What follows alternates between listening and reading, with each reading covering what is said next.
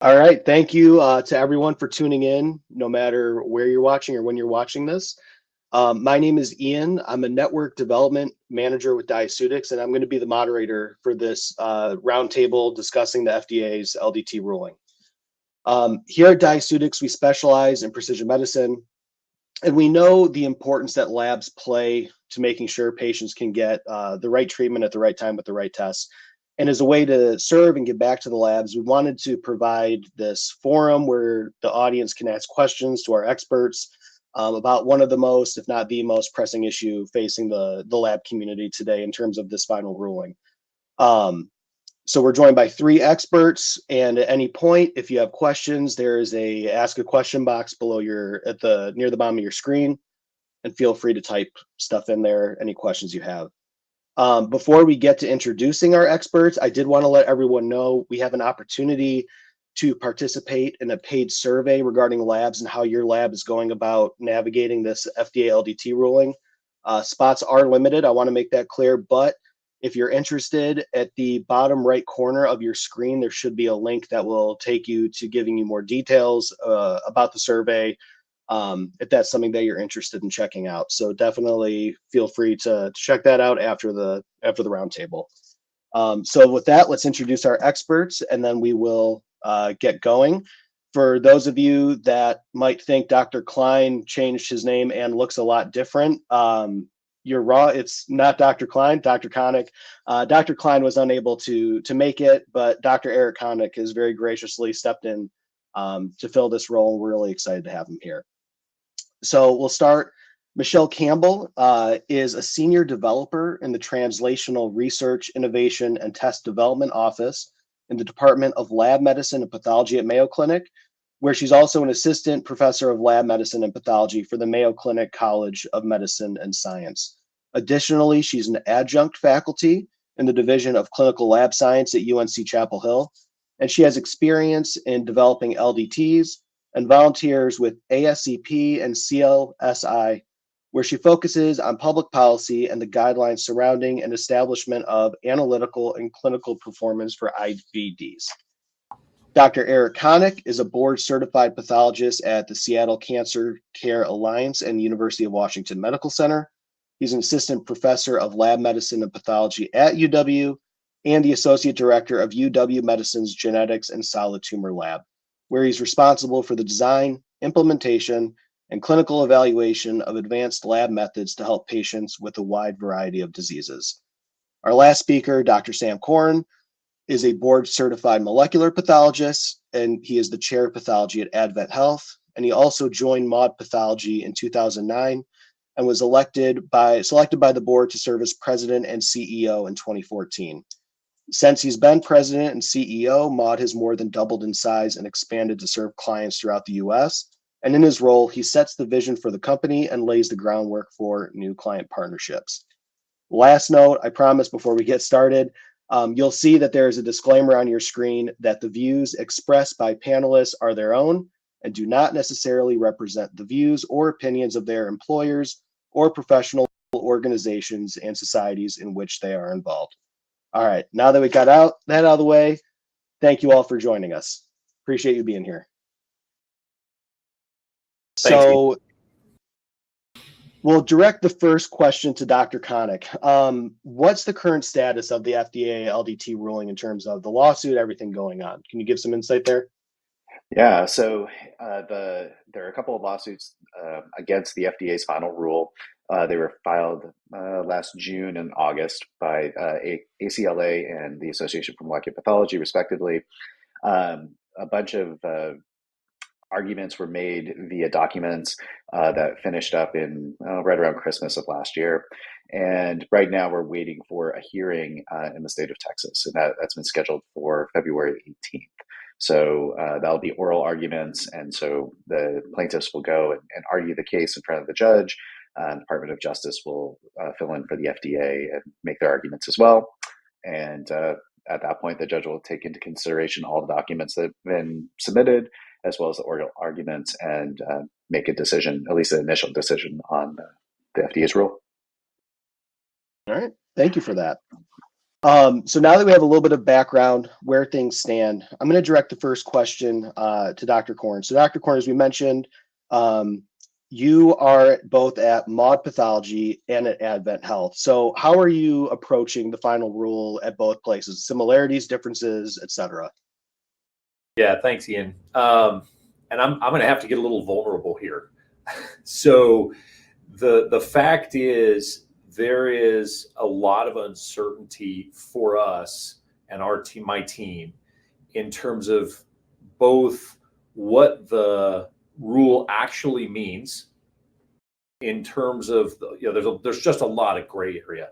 The FDA has put out a number of resources. There are a lot of others that have provided guidance. If you spend a lot of time pouring through all that, you'll still find, I just about guarantee you're going to have unanswered questions about something that applies within your environment. So we're no different. We have the same gray areas. We have the same questions. What's the old saying that I'm not lazy, I procrastinate because it's more efficient. So in some ways, I feel like this is a situation that is where that's very relevant. So, have focused primarily on educating and informing our leaders around what could this mean, what does this mean. But in terms of committing significant resources within either organization, we have yet to do that. Now, as CEO of Maud Pathology, it's a private lab. We can mobilize quickly. We can commit the resources that are needed. And as those, I'm sure, who have looked at what phase one looks like for this, we believe we have a very efficient laboratory team. We believe we could get those processes in place if we know what we need to do in a relatively short timeline. On the hospital side, it's a little bit more challenging because for the hospital side, as many hospitals are, I'm sure, since COVID, we're challenged to find just good team members, getting our leadership dedicated time off the bench to focus on blocking and tackling of laboratory medicine, things, proficiency testing, competency assessment, all of those. We still have to keep all of that going. So on the hospital side, it's been even more challenging to figure out when the time comes. If we end up having to dig into this, figure out how we're going to make that work. Educating our leadership, sort of has been the theme.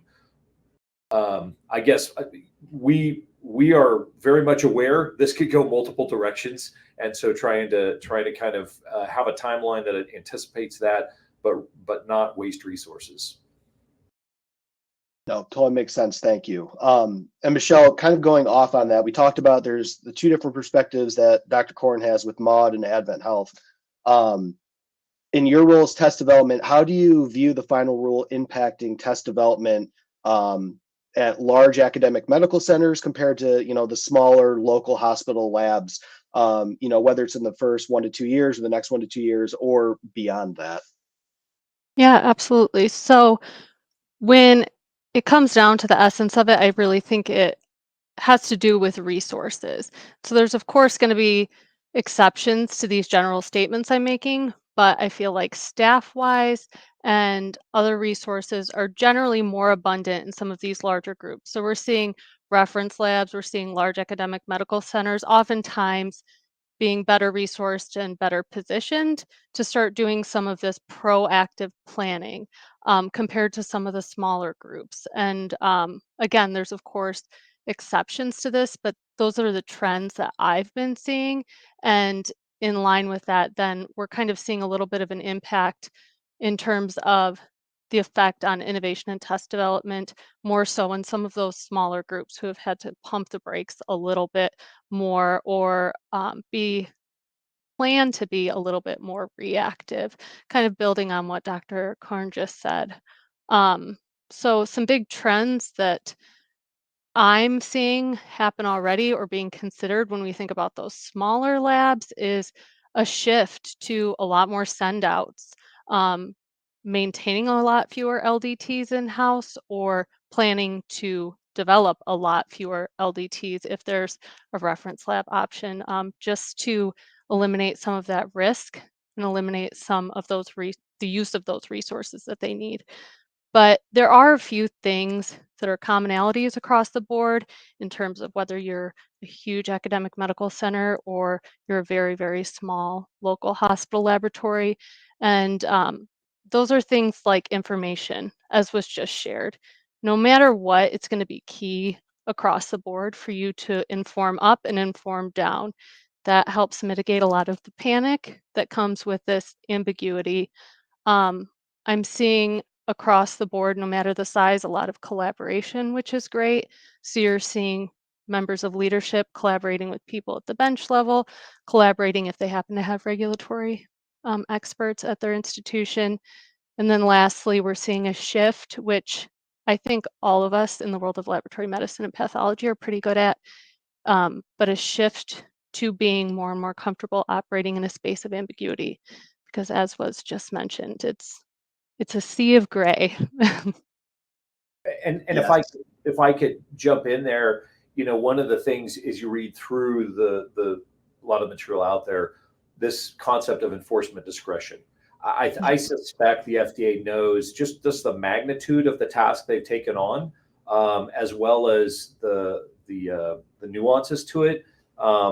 Within our community hospital laboratories, by the letter of the law, there may be situations where a test would enter into this space, and certainly we're going to try to catch all that, be aware of it. But I do think there's that enforcement discretion is going to be heavily at work early on in the process.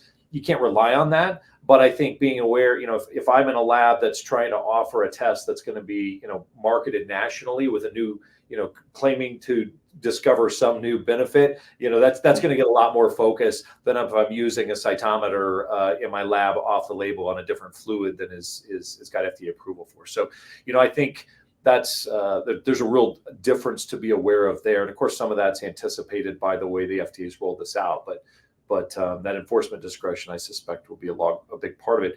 The other thing that I've sort of been hit by as I've worked through this is the different role the medical director of the laboratory has under this. We're very used to in the lab environment thinking of the medical director as that pivotal role within the laboratory. Under the FDA, the medical director, it's not a non-essential role, but really the processes all need to stand outside of that medical director role as I interpret all this. So I think that's a difference that the system will have to come to appreciate. The medical director isn't the answer, isn't the place to go for answers necessarily. No, thank you for that. And so, Dr. Konnick, this next question is for you, but I do want Michelle and Dr. Korn to chip in as well.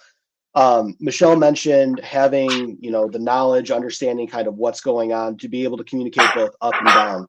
So at UW, how is that being handled, whether it's between departments, within departments, who's taking on those responsibilities? And then furthermore, who's responsible, or what resources are you using to be able to distill this down and be able to communicate to other people?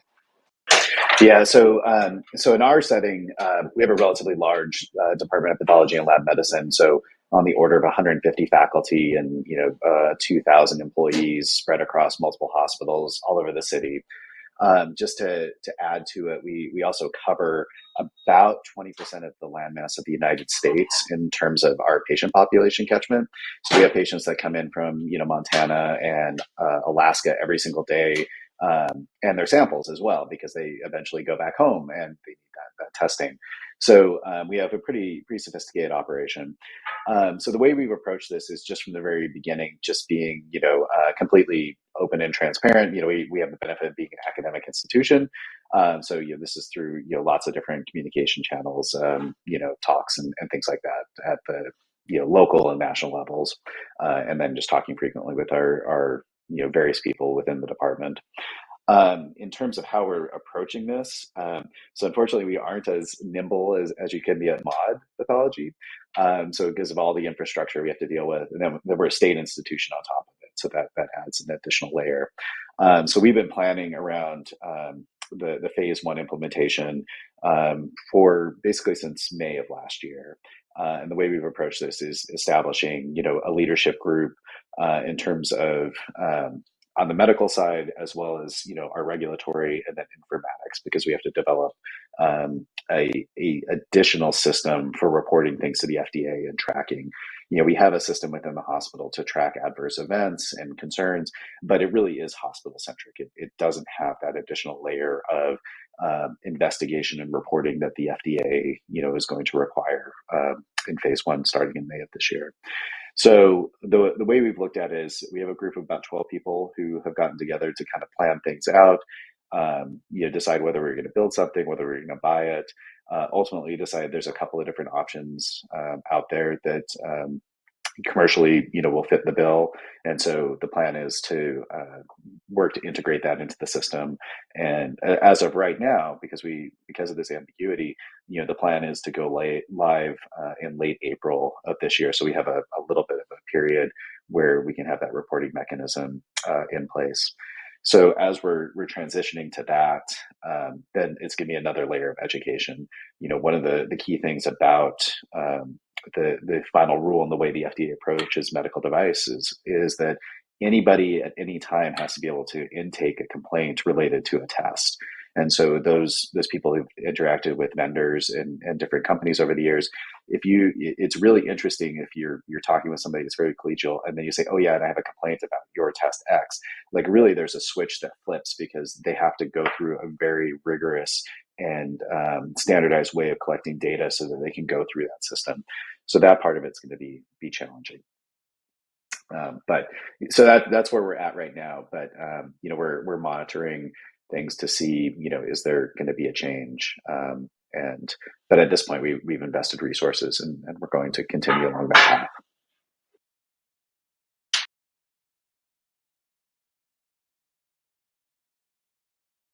Oh, you're muted, Dr. Caughron. Sorry about that. So Eric, love your comments. As I was thinking about and looking at the rules and how we would anticipate potentially those, it really felt like square peg round hole. Looking at all the reporting requirements, et cetera. I mean, clearly they're ordered towards an intervention that's on a patient, and if you have an adverse outcome, where I found the greatest similarity is in our blood bank, and the blood bank has had. So we're going to be looking to those processes. Have you tapped into any of the blood bank processes to help with this? We have talked with our blood bankers pretty extensively in terms of how they deal with it. It is a little different in the sense that it is actually, that is a therapeutic oftentimes, and that's kind of how they're approaching it. But we have kind of chatted with them about, how they approach things. The challenge is, I think there's a bunch of challenges, but I think one of the things that's going to come out of this that's unexpected is the fact that, we do get complaints fairly frequently about manufactured tests, right? And a lot of times those are dealt with and not necessarily passed up through the chain. And so I think a lot of the complaints we're going to get are going to be related to those manufactured tests. And that'll complicate it because it's not just going to be our in-house developed things that we're going to have to worry about. But my understanding is that the current or the new rule doesn't affect unless we talk with the manufacturer. If we're doing a test that's according to on the FDA label and there's an issue that's reported to us, we're not required to pass that along. Yeah, and I think part of this is going to be, I think it's an education piece where we do have these we do have issues that come up pretty frequently in terms of here's a result that was off or something like that, but we make a medical judgment that this is due to XYZ in this particular rare patient and et cetera, and so we kind of deal with it at that stage. But now we're going to actually have this whole parallel system that is designed for reporting, and just to your point, a lot of that's going to exist outside of the medical directorship. Right. So there will be, a medical director at a certain level who decides, yes, no, this gets reported. But up until that point, the investigation and everything else, we're trying to have that actually be done by staff. And so, I think it'll be interesting to see, but it's something that, we've encountered a few times just, over the last couple of months where it's like, that's probably something I'll get reported under this new system that we have in place, but wouldn't based on the way we deal with things now. So, and to my understanding, that, when we get an issue that comes in, or a question or complaint about a test, we're going to have to say, well, is this one that was purely run, from an outside manufacturer according to manufacturer's instructions, in which case we don't necessarily have an obligation to report that back to the manufacturer, or is this one that was run off label, or it would fit into this new category, in which case, now we have to go through a much more rigorous process and report it to the FDA. There's sort of going to be these two categories of tests within our lab. When we have a complaint, we'll have to figure out which one it goes into. Yeah, exactly. That's one of our checkboxes in our design, is basically, is this, FDA cleared, approved, on label, is this off label, et cetera. So I think that'll be part of our screening process, but yeah, it'll flow into the same kind of investigation process as the way we're approaching it at this point. Yeah. Michelle, would you mind commenting on when you mentioned having the ability to go up and down, or do you have any resources that you've been tapping into, whether it's questions about the adverse reporting, et cetera? Do you have any resources that you've really been going to that kind of help you distill this information down, and allow you to speak to numerous personas about it? Yeah, absolutely. So there's several great sources of this, one of which today's an example of. I'm sure all of us spent hours and hours consuming webinars, probably not even enough hours in the day to watch them all live. I know I had to watch a lot of recorded webinars, but really to learn from the expertise of our peers, because I think we all come to the table with a different background, even sometimes a different understanding, or we read the final rule differently. You'd be surprised. It's written in this very formal language, but we're all interpreting it slightly differently. So certainly consuming the information that's available from your peers.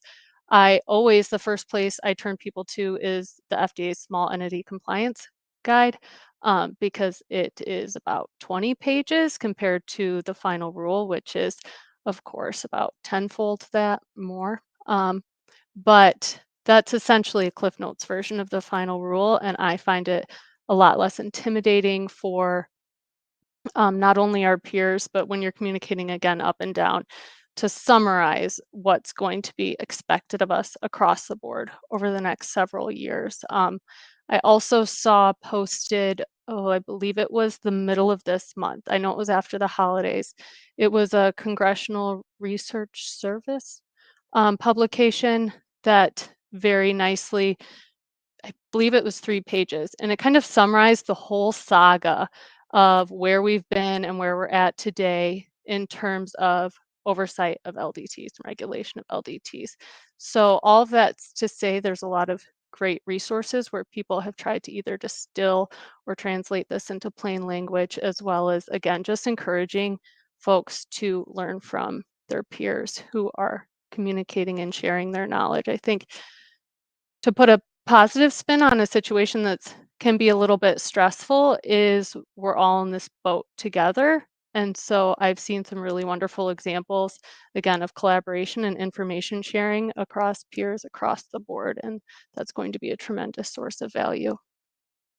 Michelle, could I ask, has this slowed down the pace you guys are on to bring in new tests, or are there tests you wouldn't now consider bringing on in light of that? Because, yeah, and then I'll provide my perspective. Yeah, I would love to hear from both of you of how you've seen this impact either the decision to innovate and develop new LDTs, or certainly the pace at which we're doing it.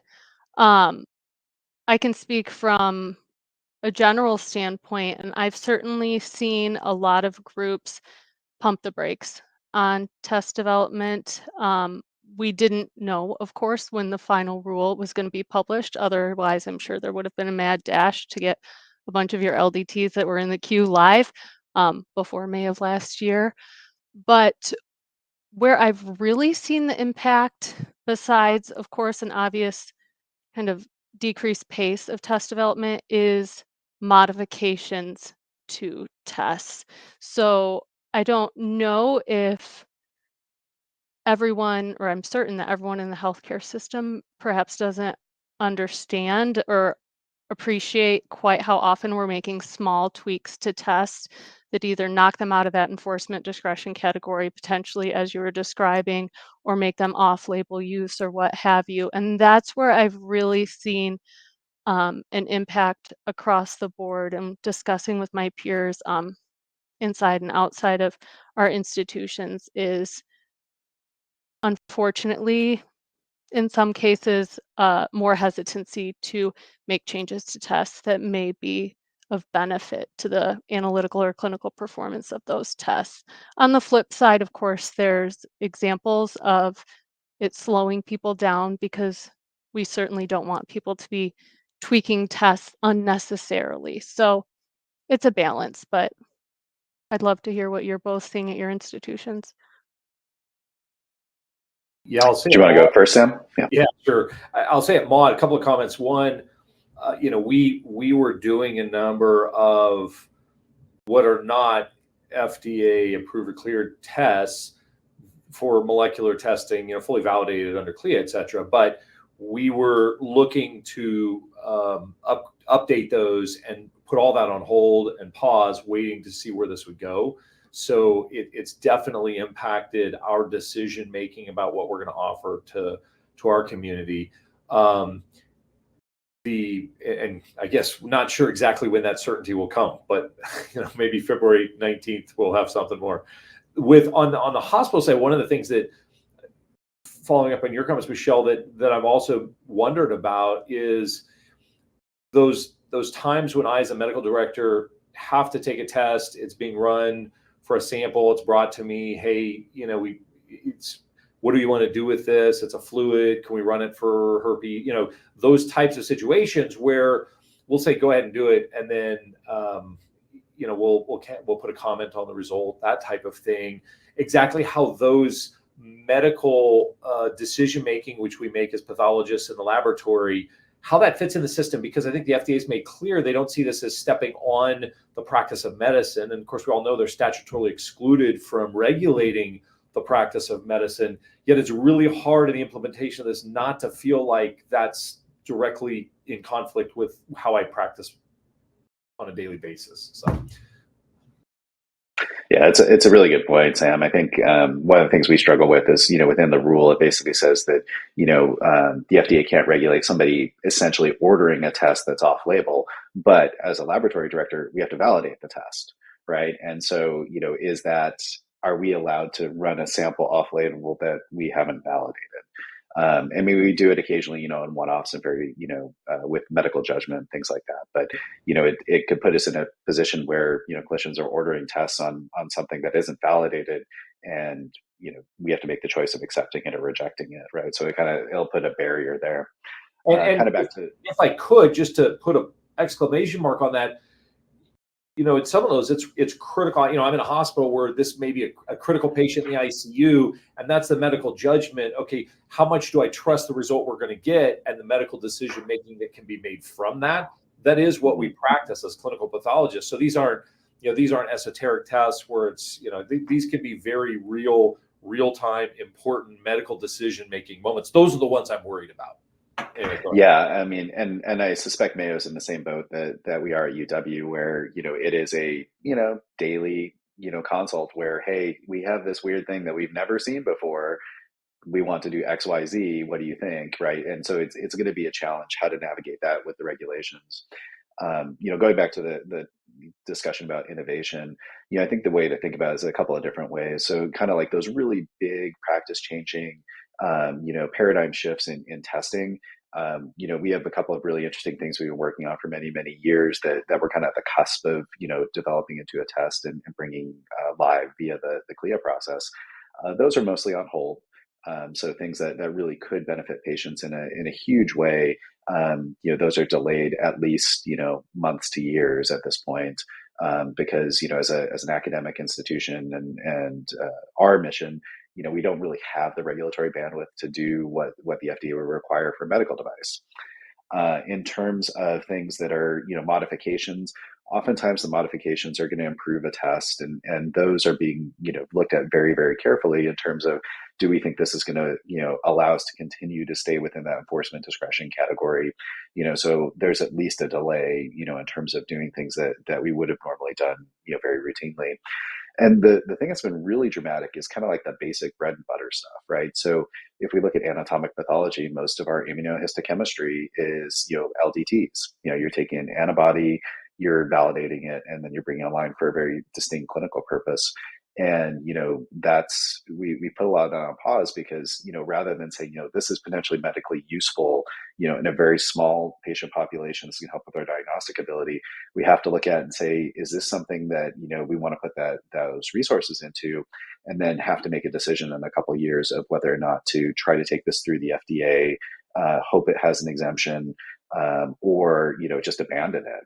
And we have to be really careful in terms of, there was the mention about doing, send outs and instead of bringing something in house.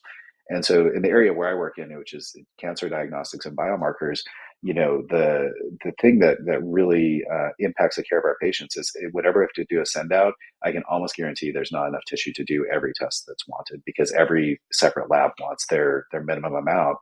And so, really the thing that's improved the quality for our cancer patients and really getting all those biomarkers is the fact that we have it in-house and we have control over that. And we're able to say, whereas we used to do one test, now we do 10 tests, but we can make that work 99% of the time. Whereas if we have to send it out, going back 15 years, maybe 30% of the time we'd be able to get all the tests that we needed. So I'm really concerned from a medical standpoint that our patients are going to go suffer when this is fully implemented. And that really resonates with me, that your last comment, sir. Dr. Konnick, you mentioned a couple points that brought me back to some of the discussions we were having earlier, one of which was in terms of your practice and some of these very unique situations you see at large academic medical centers. And when I was responding to Ian's first question that was posed to me, I think it's very easy for all of us to see the discrepancy and impact, generally speaking, between a very large, well-resourced institution, versus a very small, perhaps local lab. But that's a wonderful example that you provided of how the impact can be different in terms of risk that providers will have to absorb, because on the flip side, when many of the patients who are being seen at those large centers are the more one-off situations where you have to make these judgment calls in terms of when it's appropriate to run a sample type that perhaps isn't validated or make an exception. So I think you highlighted something really important there. And then the other point that you touched on when it came to modifications that is a minor detail, but I'm sure all of us have thought about a lot, is how it's not the way the final rule is written, and they specifically call it out, as you both know, is your LDT performing better than a test that's on the market is not a reason why your LDT can be offered outside of these parameters. And, part of the benefits of the framework that we've all been operating under for so long with LDTs is that we're not facing some of the constraints that manufacturers are. And so that has led to us having better analytical or clinical performance in many cases. And so that's something personally that I've kind of been struggling to wrap my mind around, because I don't quite understand how we can, I guess, justify, perhaps is the right word I want to use. Better performance is always better for patient care. And so that's something to kind of wrap our heads around and see how we navigate that moving into the future. Yeah, it is a really good point about, that is the reason we do a lot of modifications, is really to improve the performance characteristics. Mhm. But, the other thing in that, I think there was a comment in a webinar, if I remember correctly, from an FDA official, where they basically said that, the things that don't qualify for like an unmet need is it does it cost less and does it perform better? And, which is really interesting, kind of given the state of healthcare, where there are many things that we implement as LDTs just because the alternative is too expensive. And the other reality we're faced with now is that sometimes there are FDA cleared or approved tests that are available, but the reimbursement is actually less than the cost of the test. And so in order for us to perform that test, we have to lose money. We do it because it's necessary for patient care, but if we can have something that performs better and is cheaper, we're going to use that test to benefit our patients and the overall healthcare system. Yeah, thank you for all those comments. We're getting some questions from the audience that are a little more IHC focused. So we're going to shift gears a little bit to more technical aspects. So one of the first questions, and we touched a little bit kind of on the whole judgment and different changes, but someone wants to know how this rule will impact judgment decisions during the manual processes in histology. So for example, using microtomes, cryostats, different times, tissue spends, and chemicals for fixation or dehydration. Do you have any comments? I'll open it up to anyone. I'll just throw out my thoughts, and then you guys can maybe add, build, or correct. I think because we're coming out of an era where the FDA didn't regulate this, what I've seen is when you talk about like wave tests or some of those, it's a very, the FDA process has created very rigorous description of the processes by which these things are to be performed, how they're to be performed, et cetera. When you move into some of the things like immunohistochemistry, there are a lot of parts of the process that don't have clear definition about exactly how it's supposed to be performed.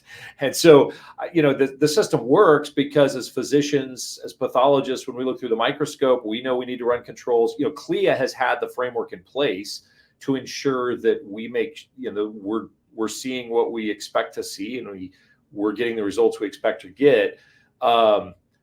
There are just huge gaps in the labeling and some of these processes where there is still some amount of judgment. And that's one of the big gray areas.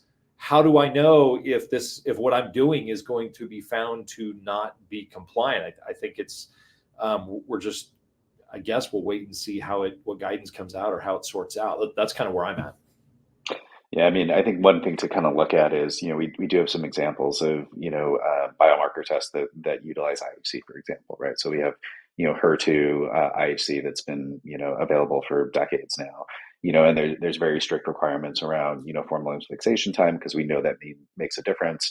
But I don't think we've had as good a control around a lot of the processing steps and things like that, because there is so much variability. Every lab is a little bit different. So so this is more of a suspicion than having any evidence to back it. But I think what we'll see over time is that, those requirements are going to become more and more locked down and less flexibility around it under the rule. The trick is going to be that, now we have two systems we have to operate under, right? We have to meet all the FDA requirements in terms of essentially a pre-market approval type process for everything, where your design, your validation, your processes have to be really locked down and meet all the performance requirements, whether it actually goes through the FDA for review or is in one of those lower classes. And then as soon as it becomes operational, we have CLIA that we have to abide by as well. But there's a lot of overlap, and one of the challenges has been there have been a lot of webinars, there's a lot of information out there from the agency, but there hasn't really been that the ability for the agency to address a lot of the questions and details exactly like this. Part of that may be because there is litigation pending, and so the government's response has often been, don't talk about anything when there's litigation pending. So we're kind of in a sticky situation where we may be required to do things, but we don't know we're required to them, and what the actual end result's going to be. So with that said, I'd expect tighter control of many parts of the processes are going to be required. Maybe not for the things that exist, right? Because they're under enforcement discretion if they were available as of May of last year. But anything new, so you may have to end up with a harmonized system at some point because of that. Where my mind goes immediately with that, Eric, is if there's a new grade antibody that comes out immunohistochemically, and it's not necessarily a biomarker, it's used for diagnostic evaluation, and I get a sample that was underfixed, it's a colon, the surgeon didn't put the formalin on it in the appropriate timeline, and that comes down, am I now allowed to do that? Am I allowed to use my medical judgment to go ahead and say, well, we're going to go ahead and perform that test? Again, just a lot of gray to how this works, and a lot of areas where I can see it not working well without some modification, I guess. Sticking with the IHC conversation, someone wants to know if there's any guidance for pathology labs, or how stage 1 would apply to IHC labs. Any guidance for pathology labs, how to respond? And then just for the reminder to our audience, stage 1 is that the FDA will expect compliance with medical device reporting requirements, correction and removal reporting requirements, and quality system requirements regarding complaint files. So if you guys have any comments about how stage 1 will affect IHC. I mean, if it's a laboratory developed test, it's in scope. That's it. So it is legally required now. The implementation date happens to be in May. That's where we're at.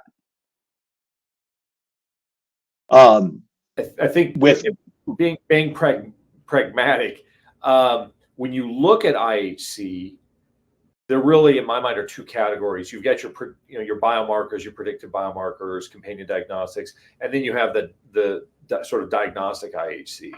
And I think of the diagnostic IHC, the complaint may very well come from a pathologist, if it's a complaint.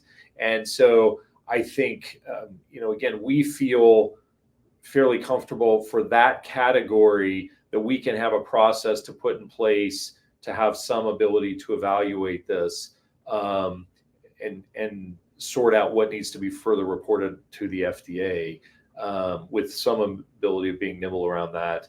The biomarker testing, though, this is an area where it's certainly going to change predictive biomarkers and companion diagnostics.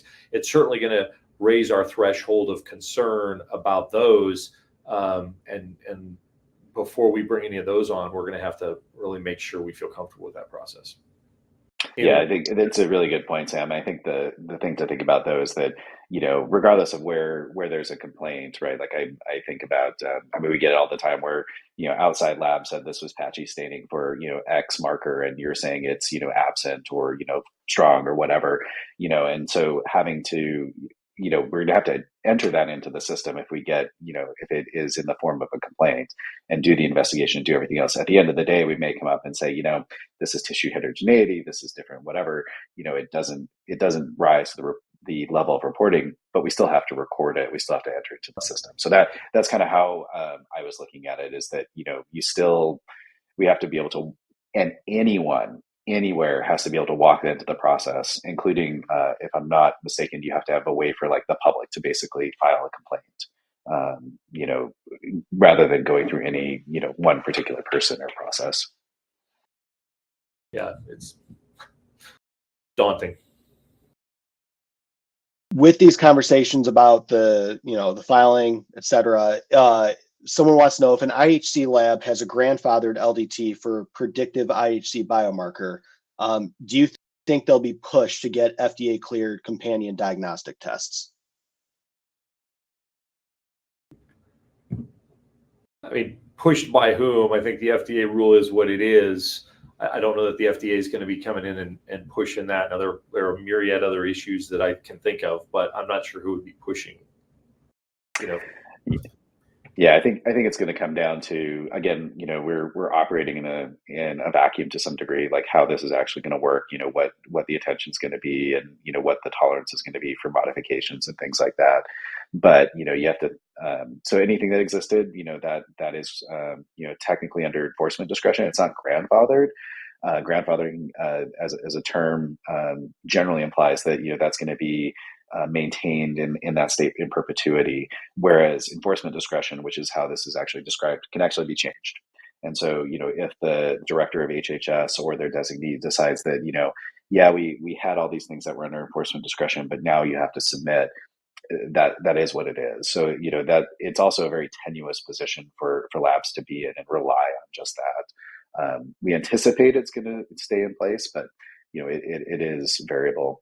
I think in terms of switching to something that has gone through the FDA clearance or approval process, that potentially becomes more attractive, right? If you have the space and the resources and everything else to accommodate whatever that is, that cost of maintaining that test may be lower than your LDT at a certain point. So, I think it's going to, that again, from a medical standpoint, it really is frustrating, because now the discussion is this economically, what makes the most sense economically rather than what makes sense for my patient? And that's kind of, that's really challenging to swallow as a physician. We're going to switch away from IHC for a little bit. And Michelle, I'm going to direct this next question to you, but Dr. Konnick and Caughron, please feel free to chime in. So Michelle, how do you see the increased oversight of LDTs impacting the clinical lab workforce? Sure. So it comes as a surprise to none of us on today's call that the clinical laboratory workforce has been experiencing a shortage for quite some time, and that was only exacerbated by the pandemic that we just came through. So I certainly see a shift, I suppose, in the expertise that is going to be expected, and an opportunity for developing that expertise among especially the bench level staff. So as was mentioned by one of my co-panelists today, we don't all have that regulatory expertise in-house. So we're really going to need to develop that if we truly do reach the point where we're expected to be in full compliance with the FDA's final rule. Where I see the opportunity for clinical lab staff is those who can pair that bench level experience with that next step, because there are truthfully not a ton, but many regulatory experts out there, but very, very few who have that laboratory experience that they can pair with this. So I think that's going to be a huge area of opportunity. I also want to highlight, you know, as we all know, the laboratory is typically kind of thought of as in the basement in a corner. Nobody really sees them. So I do think we have an opportunity, especially internally at our organizations, to shine the spotlight on the lab a little bit here in terms of getting resources and just really reminding people that the lab and pathology groups exist in your institution. So we had that opportunity with COVID.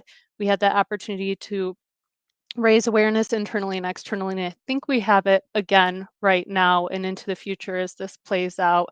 And I've been surprised. My very small hometown newspaper had an article about the FDA's oversight of LDTs. So surprisingly, I think we have the opportunity to be externally facing in terms of that visibility too. And something that can do is help bolster the future workforce as well by just making people aware that we exist and what we do and how important it is. Yeah, in terms of just the sheer number of bodies needed to do the work, though, building on that, Michelle, what I heard from you and what I see as well is there's going to be there are going to be more spots needed. So Absolutely. with more expertise, and given that we're already in a shortage situation, that's going to be challenging. We've just come through a couple of CAP inspections in the last 10 days here in my environment, and that shortage is ubiquitous, and so I do worry that it's going to only make it worse, especially in hospitals and in labs where it's a little more, a little less specialized. It can be hard for me to convince my administrators we need to get another phlebotomist, we need to get another data analyst, we need to get a data analyst, not another, we need to get a data analyst. So now to go to them and say, hey, we need someone who has expertise in FDA lab regulation, that's one, it's going to be really hard to find him, and I think I'm pretty sure what I know what the answer is going to be, at least for the first pass. Yeah. So I think it's going to make up, long way said, I think it's going to make a problem worse. Yeah, I could echo exactly that. And being in a pretty expensive urban environment, we have a medical laboratory technologist training program, undergraduate and graduate level in the university. We train 35 new med techs per year, and it's not enough. Like med tech programs have been shutting down to just do the actual production work. Similar to what Sam is saying, when we go and ask for a new position, Oftentimes it's like, oh, the test volume's driving it. We need, this many, we're going to do this many tests per full-time employee, et cetera. And, to go make that pitch, well, I need somebody who's going to have like, a higher pay scale because they need all these FDA skills, and they don't contribute at all to that, test per FTE, in the basic sense. It's a hard argument to make. To Michelle's point, in terms of like, where are these people going to come from? There are regulatory folks out there in the device industry. They're few and far between. They tend to be really expensive. It's a very niche area in a lot of ways. So, I mean, our approach is basically to train up, people who have, we always have a few people who are very, very, quality centric, and they have the regulatory mindset and, are going to be great for this, but it's going to take years to get them up to speed and doing, the job that we need them to do. So, I don't think there's going to be, I don't see any relief, on the horizon for the workforce shortages that we're seeing right now. Absolutely. So we have about 10 minutes left. We're going to end on time. Want to be respectful of that. So as we start to wind things down a little bit, someone wants to know what type of quality control programs are designed for LDTs. Is any of our panelists aware of QC programs for LDTs?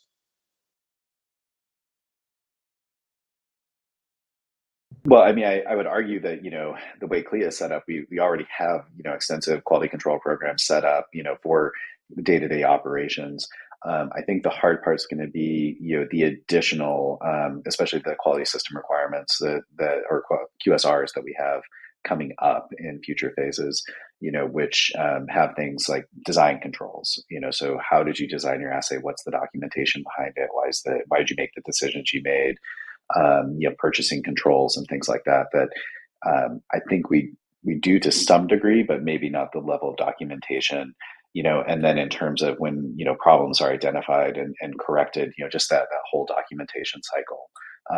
So I think a lot of the quality system, I mean, laboratory testing in writ large has a high level of quality for the medical profession, right? We have, extensive data showing that, proficiency testing programs shows that different labs can get the same results again and again. So it's, what are these additional layers that are going to come with the future phases of the FDA's rule? So, Yeah, and Dr. Konnick, you make a good point, because when we can think about the traditional QC in the sense of what we're already doing, but then you mentioned things like design controls and purchasing controls that are going to start coming our way as the years pass. And something that I have recognized across the board after the dust settled last May, and we all kind of took a breath, is luckily a lot of these things we are already doing. It's just a matter of if we're doing it in the exact way that is expected. So something I've been encouraging folks to do is, when you're looking to take the next bite out of this large final rule, is being sure that they don't skip that point where they take inventory of what their processes already are, instead of trying to start from ground zero and build up, okay, we need to establish this process for design controls and this, design history file or whatever it may be, or our purchasing controls. Take a step back, look at what processes you already have in place. And what I've noticed more often than not is folks are equipped with far more pieces of that system, than they thought they were, which has helped me at least. Excellent. So this question, I'm going to ask it to all three of you, is what are the actions you took after the release of the final rule? I'll go first. Nothing. So, it's been more how the final rule has impacted as we've been planning and going forward. But really, after the final rule, we didn't feel the need to do anything immediately. Again, going back to my procrastination is an efficient way to live theme here. But there's, I think in this case, I was speaking with others. There maybe is a justification for that. one thing I'd like to also throw into our final comments, as it struck me as you were talking, Michelle, what is this going to mean for the shortage of pathologists? Because there is a very real shortage of pathologists in the country right now.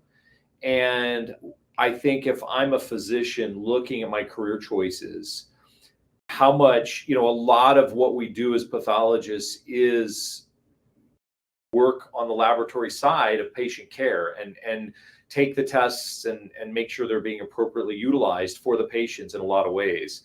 Will this discourage inquisitive laboratory physicians from going into this if they see, hey, now we're just going to be pushing processes? Anyway. You want to go next, Michelle? Sure. So, so in terms of what we did, or what I've seen done, I should say, after the final rule was released, I'll withhold any sarcastic comments here, but really the most productive thing I've observed is folks assembling a well-represented team across the board. So I've observed instances where upper levels of management have been trying to solve this problem on their own and plan to make decisions on their own.